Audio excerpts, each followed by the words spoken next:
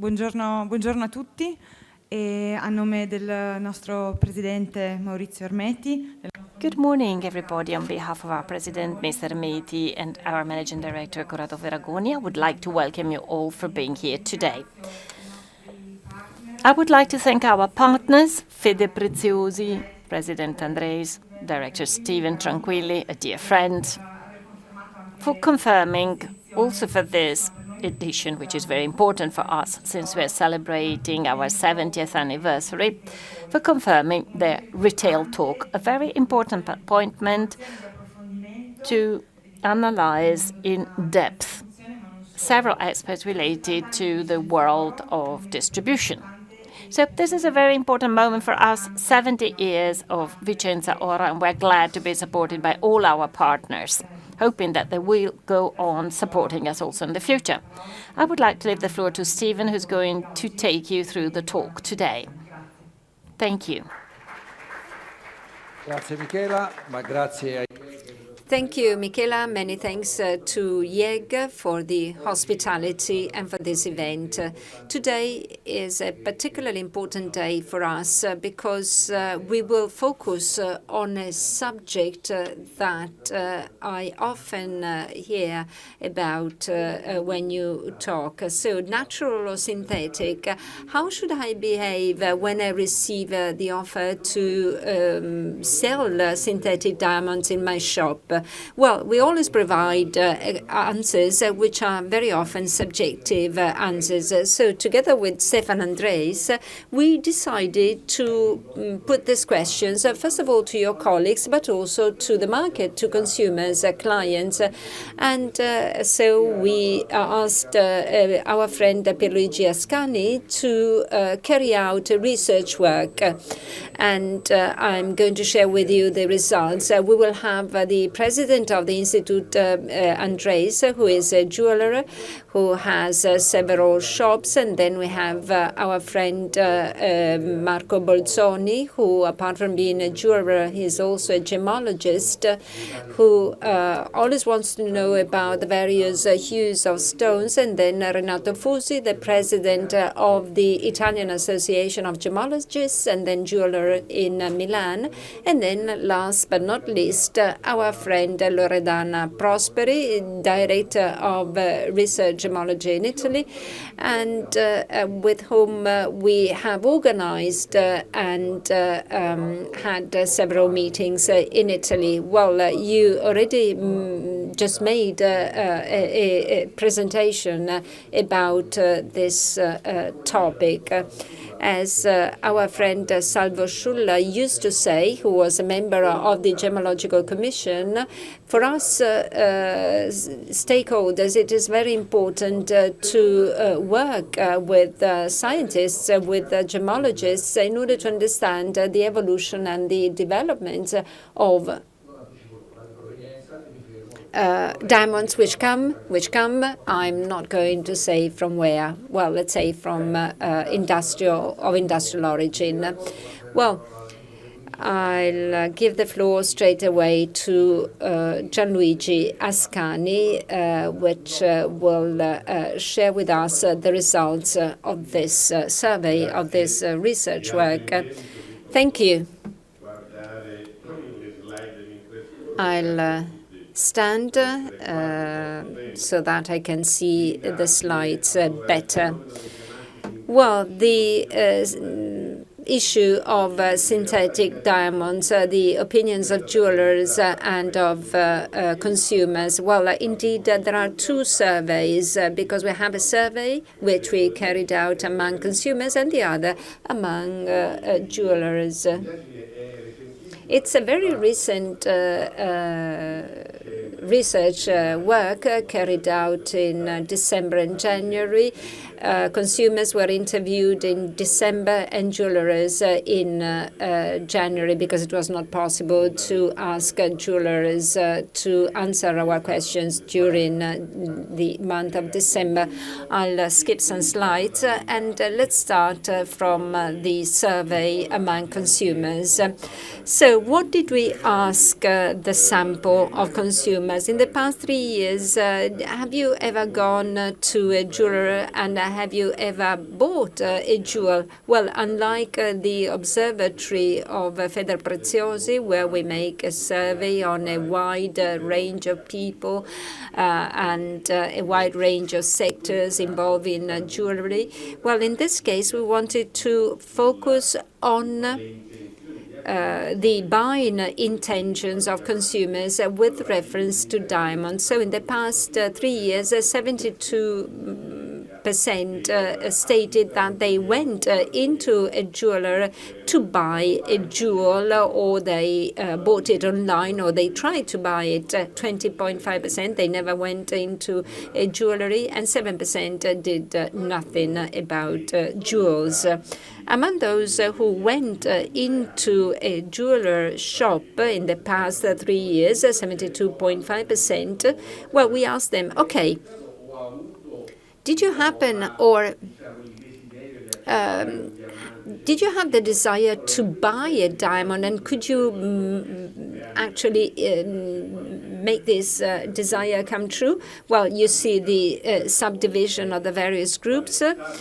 And what we are actually interested in is the reaction of consumers. Well, you see 27.5% state that, yes, I actually bought a diamond. 35% wanted to buy it, but then gave up the idea and perhaps bought another type of jewel. So let's have a look at those who gave up the idea. Well, in most cases, because it was too expensive, 77.5%. And this is a sign that we should look at, because we will see that the cost of diamonds did not discourage those who went on with the buying of the diamond. And this is a sign, an alarm that we have to take care of in order to understand the behavior of buyers. We have different percentages. 19.7%, it was not the product I was looking at. 14.1%. I wanted to have a different experience.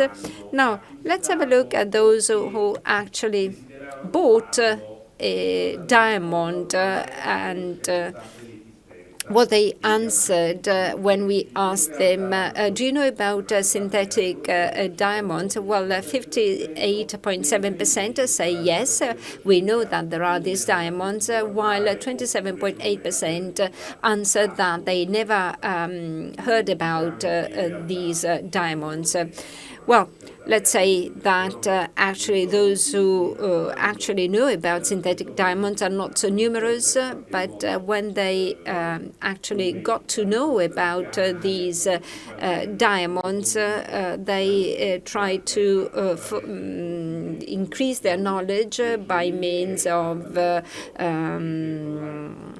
research on online sites, or talking with a jeweler, or articles on newspapers and journals. 38%, word of mouth, 22.9%. Well, we don't have 100% because multiple multiple answers were given in some cases. So let's say that 58.7% of them stated that they know about synthetic diamonds. Well, 40% of them heard about diamonds, but those who actually bought a diamond, what did they actually do in the end? Did they buy a natural diamond or a synthetic diamond? Well, in 80% of cases, they bought a natural diamond. Only 20% of them bought a synthetic diamond. What about this choice? What type of choice was it? Was it a well-balanced and well-thought-about choice? Why did they prefer a natural diamond? And here, I'd like to say, is there anything among the various products that we have available which is really natural? In fact, there is nothing which is really natural, since when a man has understood that simply by breaking a rock or making a sword out of a piece of wood, since man has understood that they can make things out of natural things, together they created a sword, for example. So, what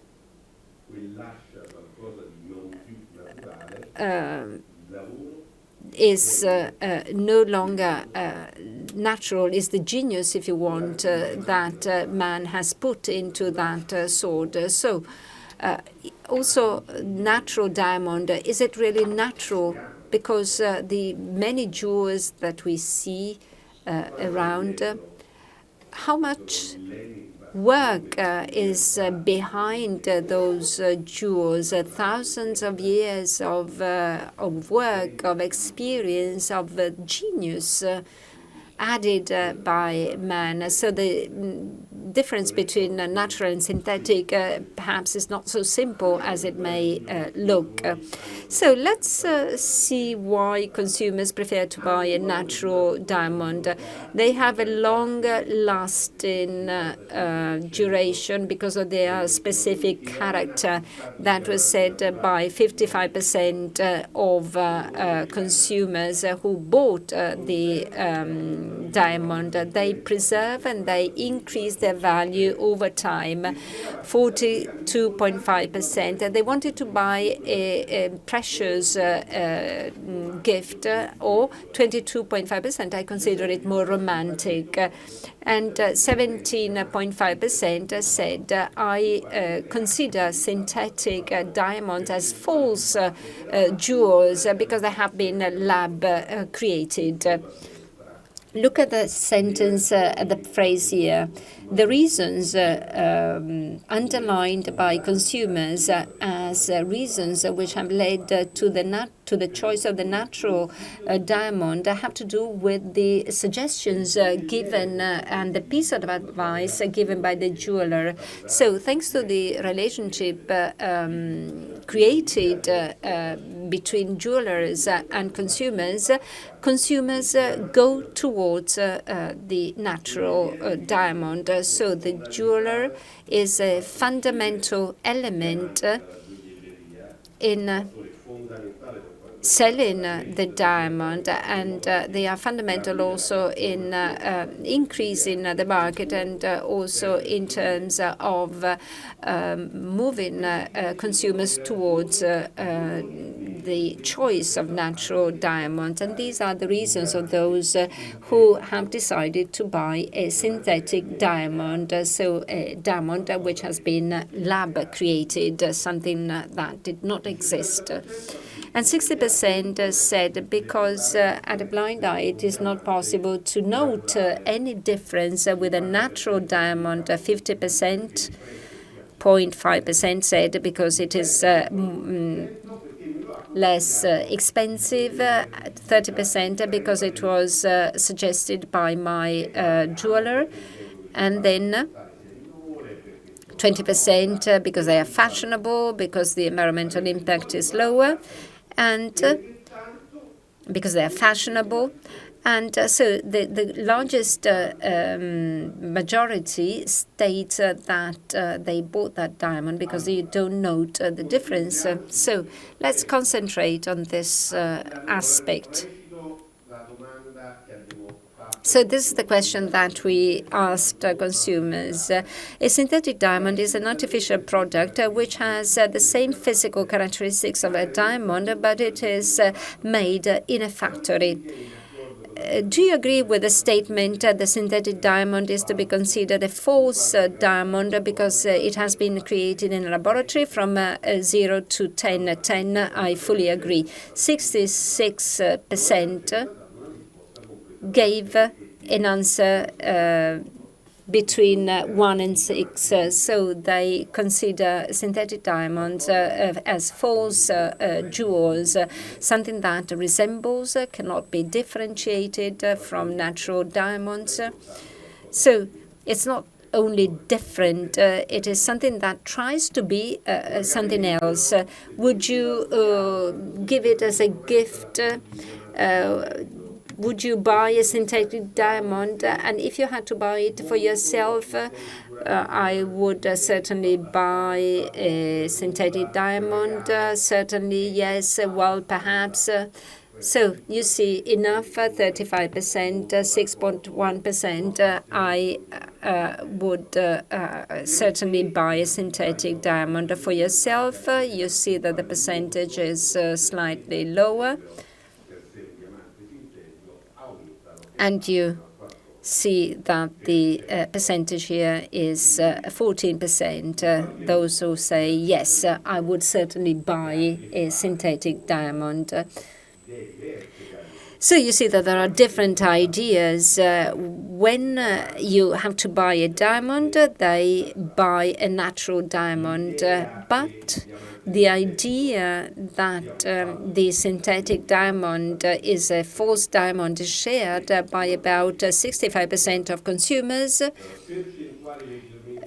Slightly higher percentages would buy it as a gift for themselves. But let's say that based on the current experience, those that in the past 3 years actually bought a synthetic diamond amounted to 20%. And the reason for that is the fact that you cannot differentiate between a synthetic diamond and a natural one. Now, let's have a look at how jewelers answered. So, do you sell synthetic diamonds? You see 23.5% say that they sell synthetic diamonds, 14.7% of them in a limited quantity as compared to natural diamonds, 8.8% they sell both natural diamonds and synthetic diamonds, probably in the same quantities. Then we have asked the following question to those who sell also synthetic diamonds. Out of 100 diamonds sold this year in 2023, how many were natural and how many were synthetic diamonds? Well, only 10% of the diamonds sold are synthetic diamonds. 90% of the diamonds sold are natural diamonds. So 24% claim that they also sell synthetic diamonds, but of this 24%, the sale of synthetic diamonds amounts to only 10%. So we're talking about a very small percentage. Then we asked, do you agree with the following claims regarding natural and synthetic diamonds? They have a unique and durable value because they're rare. In agreement, 76.5%. It is a romantic special gift, an irreplaceable symbol of love, 88.2%. A natural diamond is perceived as a shelter good, as an investment, only 55.9%. So those were questions about natural diamonds. So the idea of the natural diamond is it has a unique and durable value because it is rare. It is a romantic and special gift, a symbol of love. Fewer retailers view a natural diamond as an investment. So natural diamonds have a unique and durable value. Of course, there are totally different opinions regarding synthetic diamonds. A synthetic diamond should be considered a fake because it is produced in a lab. 53% of the retailers agree with this claim. It allows you to buy a diamond spending less money but with equal beauty and authenticity, only 23.5%. They're more beautiful because the lab guarantees clarity and shine, only 23.5%. They represent the future of diamond, only 14.7%. So it doesn't look like as if the synthetic diamond has a good reputation amongst retailers. Why do customers prefer to buy a natural diamond versus a synthetic one? For natural diamonds, retailers express similar opinions to consumers because they want to buy an important and valuable present, 64.7% of retailers. So, because customers believe that synthetic diamonds are a fake, 52.9%, because they're rare and unique, 50%. So, the fact that natural diamonds are bought by consumers according to the opinion of the retailer boils down to the points we mentioned before. So, natural diamonds are completely different in the consumer's perception than synthetic diamonds, which are perceived as a fake. We ask retailers which is the reason why consumers may buy a synthetic diamond. So most of the retailers believe that customers buy synthetic diamonds because the price is cheaper.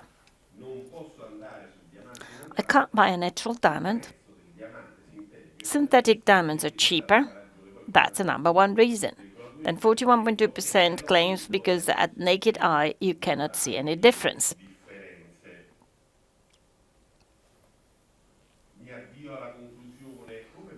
I'm moving towards a conclusion. So how do you evaluate? This is again a question as to retailers. How do you view the present attitude towards synthetic diamonds, also considering environmental and ethical issues related to the extraction of natural diamonds? 64.7% believe that consumers prefer natural diamonds. 41.2%, absolutely. 23.5% claim that there is a growing interest for synthetic diamonds, although natural diamonds are still preferred.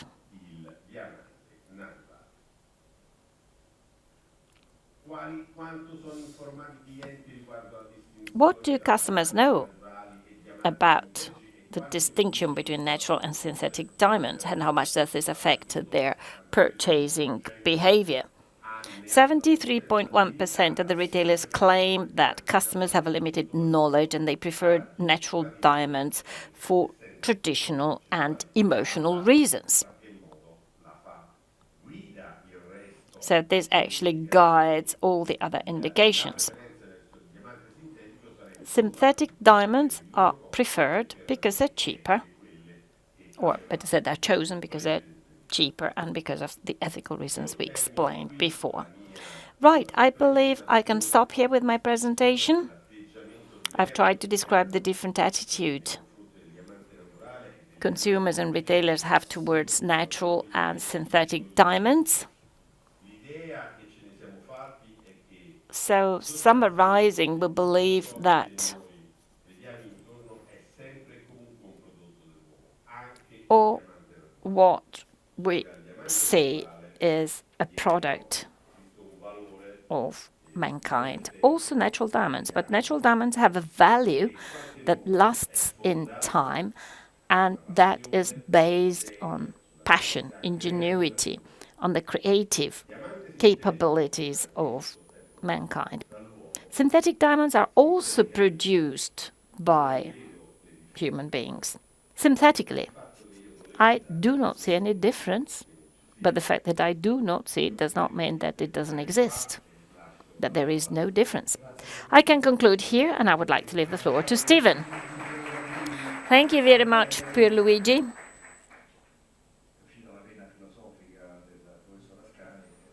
So we have heard the philosophical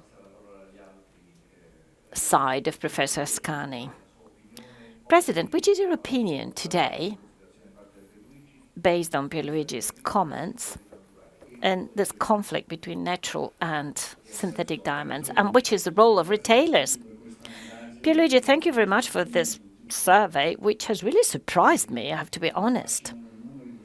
You know that I love figures, because through figures, we manage to develop our projects. And we can make an analysis for our companies based on data that point towards a certain target. Well, I've seen this data now for the first time, and I have written down a few remarks. 93% of the people, of the buyers of the last 3 years, people have come to our shops. Some of them have bought, others have not. Well, 93% is quite a lot. It means that in our past, when negotiating with these customers, we have given them something. Because if they come back to our stores, this proves that we have impressed them. This is not little. I agree. 80% of these buyers has bought a natural diamond versus a 20% of those who have bought synthetic diamonds. This is another important data.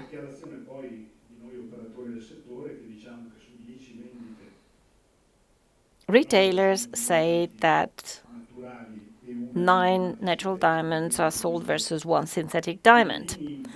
And this actually outlines what buyers think of this new raw material, which is present on the market. So my question is,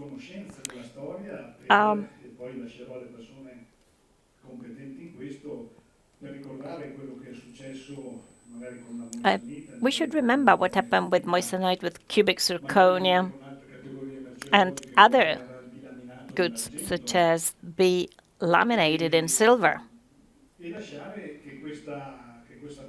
It's a historical memory, and maybe based on that we can allow the synthetic gemstone to be present on the market without demonizing it.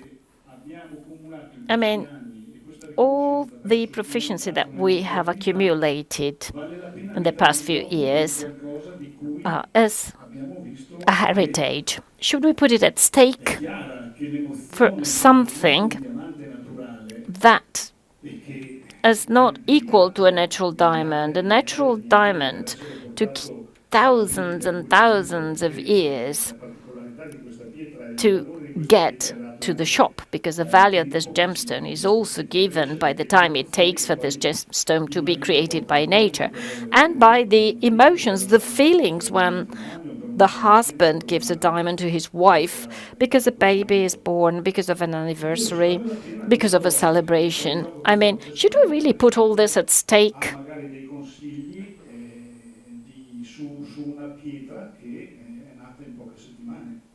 We can compare this with a gemstone that was created in a few weeks. I mean, should we really put all our heritage at stake just to sell something? Should we not advise our customers based on what is certain and sure? Thank you very much, Mr. President.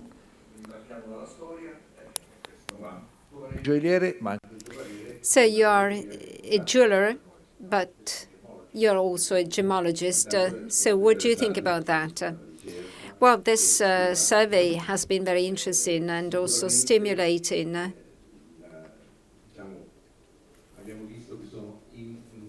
Well, we see that we cannot differentiate them from the visual viewpoint, but synthetic and natural diamonds are the same. So we thank gemmologists and science because thanks to their studies and research work, they can tell us about the origin of that diamond, because the characteristics are the same. So one is stated as a lab-grown product, and the other as a natural product. Now, at this point, it is important to know the origin. So their difference is the origin, and that is something that we should not forget. Second, this origin determines a story. One has 2 million years of age, and the other just a few hours of life. And the diamond, which is millions of years old, has accumulated a whole series of historic events, has collected energy. Some believe that there is some energy, and the other is new, completely new. So there is a difference in terms of what they have experienced. We know that people look for things that have a story. When we see the tape, when we see an auction with objects of Elvis Presley, for example, well, you see that those pieces have a high price. So what makes them so precious is the fact that they are rare. So natural diamonds are rare and the others are not. And then, as a consequence, we have the issue of value, because one has a value because it is rare, because it has a story behind, while the other has nothing of those issues. So the question is that I raise is the following. Synthetic diamonds perhaps are in competition with other gems and not with diamonds. And then second, another point that I would like to add is that in spots that we see on TV, well, the focus is on environmental approach, etc. And we should try and stop those false fake news. Well, okay, Davide. Well, what is really important is the figure of the juror, the role of the juror, because the juror is the interface between the market and the producer. So based on what we say, then the consumer will make a choice. So what is the role of jurors and their training, so to say, their skills? So today, January 2024, when we think of the market, which is focused on synthetic diamonds. So what can we say about the importance of jewelers? Well, first of all, I would like to thank you for the invitation. Our role is fundamental, and it is increasingly important. And this situation can be an opportunity to highlight and enhance our role, because we are the messengers towards the clients, the customers. We convey what is written in the text of Gemmologi. And we're speaking about Gemmologi here. So our role is extremely important, because consumers come to us in order to have information that we take from books, from texts, from training courses, and we cannot do without that. There are two aspects which we have to be very clear about. So questions which can be debatable, which have to do with ethics, environmental impact, and everybody can have their own opinion. I can say that it is not true that synthetic diamonds are so environmental favorable. So this is my opinion. There are some other people who can come to me and say, no, this is not true. But in terms of the nature of gems and the terminology to be used, that is not debatable. So we have the right and the duty to inform our customers about what a synthetic gem is about, because so far nobody had never raised that question. Well, we know that rubies, synthetic rubies, date back to the 19th century, but nobody ever asked about the difference between a synthetic gem and a natural gem. And the issue is this one, so we still have to work on that. Everybody knows what a natural gem is. We can explain it, and we can say that it is a miracle of nature.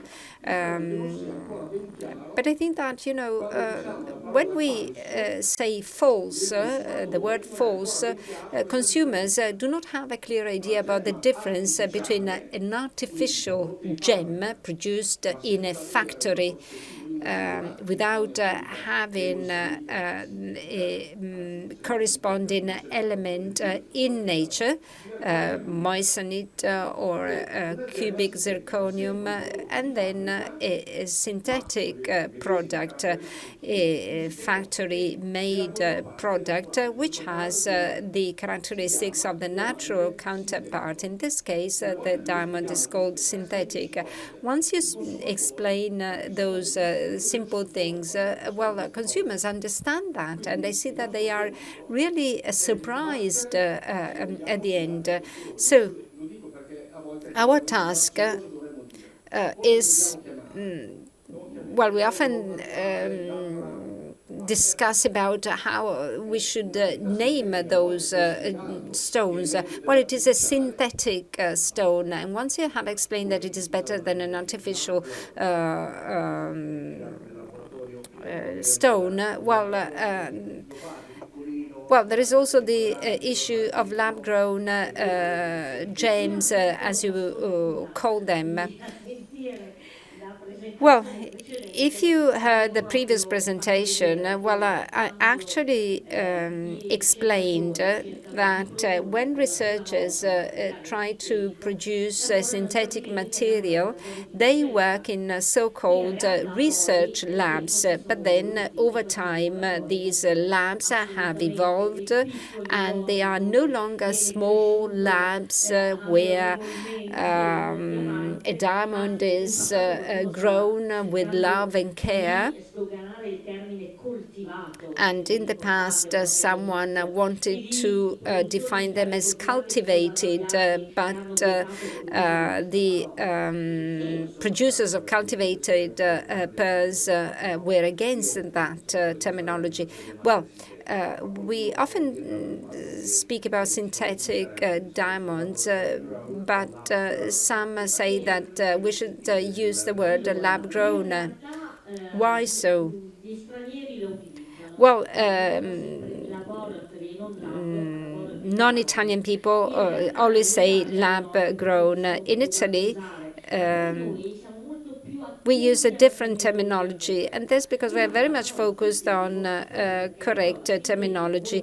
So synthetic means that there is a corresponding element in nature, and I grow it in the factory. So you have seen that there are 6,000 machines which are producing these diamonds, and the word cultivated is nice because with all these production methods, we start from what is called a seed. A seed because you have to put a piece of diamond. Now it is a synthetic diamond, while in the past it was a natural diamond. And that works as an aggregation center for carbon atoms. And so a seed which is cultivated, which is grown. But as Davide said, we have to use correct terminology. All of us should use the correct terminology. Let's demonstrate the differences, and then the client, and I don't like to call them consumers, I like to say clients or customers, so that customers understand the differences and make that choice. It's an economic choice. Well, people say I cannot differentiate between the two. Well, even better. So the first choice can be economic. I cannot afford to buy a natural diamond.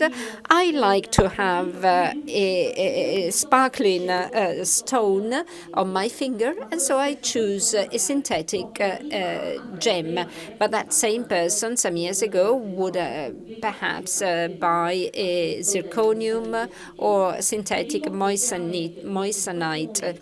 Well, currently, given the price of synthetic diamonds, well, these are lower than synthetic moissanite. Going around the fair, I noted that technology, which has run so fast with such a production, well, prices have gone down. And this is another important factor. Also, the issue of auctions. Well, in the past, you talked about auctions and the fact that you can sell these important pieces. Well, I don't think that synthetic diamonds will have such a value in auctions. You know, they're increasing in size. In 2004, the biggest synthetic diamond was 0.70 carats, and it had a rectangular cut because you couldn't have too high a table. Now we've reached 34 carats because technology has improved. It's like the speed of cars. It's like high-speed trains. So it is an industrial product. Its size, its features will improve as technology improves. This is why we need consistent training to be able to inform our consumers, our clients. And that's a role of gemmologists and gemmological schools. Exactly. You might get your degree in whatever discipline, but unless you keep updating, this is true for chartered accountants, physicians, lawyers, you have to keep updating.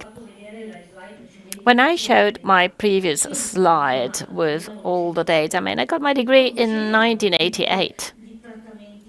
All the treatments we know today did not exist. HPHT, if you remember, Stephen, we held in 2000 a wonderful meeting about that, explaining for the first time the HPHT treatment to change the color of diamonds. And all these meetings have the purpose of updating us continually. Right, they looked at us as if we were aliens when we were talking about that. This is why the Italian Gemmological Institute is active in providing updating courses. And sometimes our associates say, no, I'm not attending that course because I have a GIA diploma. And maybe the GIA diploma was obtained 20 years before. This is why the retail world is very thankful to institutes like Loredana's Institute. It's such a pleasure for us to be with you, and we were present when you celebrated your 50th anniversary, when you told us about your story. And your actor, the actor you invited, started from a word to tell an extraordinary story, starting from one word. 4 friends got together and started from the word ignorance. And I was really stricken by this. They sat around the table and they said, to be able to explain things to our customers, we need to learn. We must know much more than they do. And that's how the Italian Gemmological Institute was born. In Brentonico, a village I really love, a few kilometers from where I live. And they've gone a very long way. But this is just to tell you that for the retail, it is very, very important to refer to institutes like this one. It is fundamental to be updated and to be partnering with them, since they can provide us with specific data, which, as Davide was telling us, represent the link, the interface between production, trade, and final customers. We have to be professional to be able to transfer these emotions and all these significant features which allow our customers to go home with a beautiful present. Rinaldo and Davide are two exceptions, because the president of the National Gemmological Association and Davide being a consistently updated gemmologist, you speak directly to the audience, not in your shops, but through specific appointments. And this is very, very important, because this is something that goes beyond what you can do in the shop. So you can surprise and fascinate your customers. So do you believe we should continue this, and how are you planning to do that? Well, we certainly have to continue in this direction. And I would like to point to something that cannot be resolved, but it is very important, when in doubt, to ask somebody who's more expert than you. And this is really important, because when we talk about synthetic diamonds, we're scared stiff of exchanges. You buy a synthetic diamond, and by mistake, they give you a natural one. This does not really happen that often. The contrary may happen. So synthetic diamonds have got a role. Natural diamonds have a totally different role. But what we're scared of is the equivocal exchange between the two. And the gemmologist plays a fundamental role in this. Well, I can see you got a book there. I have seen it somewhere. What is it about? It's a brochure that we have prepared. Our association has printed this. There are no comments. It is just an explanation of the different features of synthetic and natural diamonds. And we have added the nomenclature. Thank you. This is a very important scientific document that you can download from our website. Davide, final words. Sure. Talking about the issue of exchange, I was thinking that we must inform our customers as far as selling natural and synthetic diamonds are concerned, but we must raise the bar in terms of control, because this is a risk. I mean, just like cubic zirconia, we will have synthetic diamonds sold around the world. So we have the possibility of raising the bar of our knowledge to be updated, so that we can safeguard ourselves when we see jewelry coming in our shop. We know that there are instruments that can help us. What about the pen? Is it really useful? It is very useful, but you have to be very careful. It is an instrument that you can use easily. I mean, we can't have a gemmological lab in our store. But the pen discriminates between the natural gemstone and the potentially synthetic ones. Potentially, as said, this is a fundamental term. Otherwise, you think that the pen may tell you whether the gem is natural or synthetic. It is not like that. If the result is natural, it is natural. But if it says potentially synthetic, this is very useful, because when you have a diamond ring, you may have a doubt, and that's a stimulus to carry out some further investigations. Thank you very much.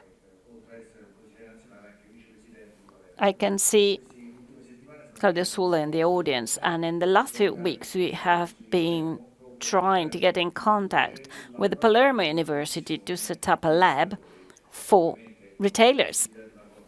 Of course, it is impossible to cooperate with Milan, so attempts are being made at having a local lab. And I believe that this is a very good initiative. This is an attempt to be more clear and transparent on the market, making use of a partner that is above all parties, the university. I believe this is an excellent initiative. These cooperations are actually sprouting all over Italy. Also in Rome, there are several initiatives that will go on also in the future, since this kind of partnership is very important. So, in other words, things are evolving, and our category is evolving too, increasing our competence and professionalism. Some years ago, we organized a meeting between the difference, on the difference between the storekeeper and the jeweler. We asked many customers, and they all recognized competence and professionalism in jewelers. And we want to go on being seen like that, because customers are our wealth. Please allow me to make a comment. Actually, the collaboration with universities is fundamental. We, as Istituto Gemmologico, collaborate with the University of Milan, Bicocca, University of Torino, Catania, and others. Right, because we are carrying out research works into materials. Clearly, science tells us that in order to identify some treatment methods, we also need advanced instruments. So I could talk to you about Raman, photoluminescence, etc. And it is fundamental also for other reasons. To have a machine is not enough, but you have to know how to work with that machine, because, I can have an ECG machine, but if I don't know how to use that as a doctor, that machine will not be useful. So I have to train people, and those technicians will have to know very well the material, because they have to be aware of the issue. Because with Raman and photoluminescence, I can analyze metals and also the diamond. If I am an expert in another product, I will understand in asbestos. I will know nothing about diamond. So it is important to train people, to train technicians. Like as we did 30 years ago when we set up some specific university courses to prepare future scientists. So scientists who have a good knowledge of that subject. Thank you. Well, today we have protocols, we have Industry 4.0, Protocol 5.0. We are investing a lot in machine investments, but perhaps we're a bit ignoring the human factor, as Loredana was just underlining. Well, in our specific field, the human factor is fundamental.